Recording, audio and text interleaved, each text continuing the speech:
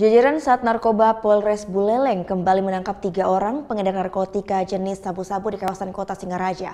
Ketiga tersangka ini merupakan kaki tangan dari para bandar sabu yang dikendalikan dari Lapas Kerobokan Denpasar. 3 orang pengedar narkotika jenis sabu-sabu kembali diamankan oleh jajaran Satres Narkoba Polres Buleleng.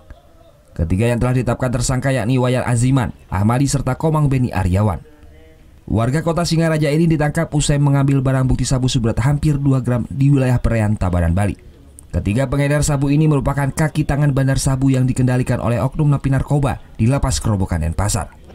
Dari hasil penelusuran kami, barang ini semuanya berasal dari dikatakan dari LP, sehingga kami juga masih menelusuri masih jauh LP Kerobokan. Kami masih menelusuri lebih jauh, termasuk tentang adanya hubungan dengan BD-BD yang lain. Setiap paket yang dibeli tersangka ini pun kembali dipecah menjadi beberapa paket. Namun setiap paket tersangka menjual sebesar Rp300.000 ke pelanggannya. Ketiga tersangka dijerat pasal 114 dan 112 ayat 1 dengan ancaman hukuman seumur hidup. Tidak hanya sabu-sabu, jajaran Sat Narkoba Polres Buleleng berhasil mengamankan sebanyak 275 liter miras jenis arak Bali. Ratusan liter arak Bali yang dikemas botol air mineral ini diamankan dari sebuah mobil yang hendak dibawa ke Kabupaten Jembrana, Bali.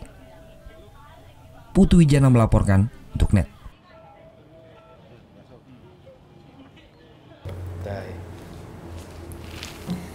Udah selesai kan nontonnya? Nah, jadi jangan lupa buat like, komen, dan subscribe ya.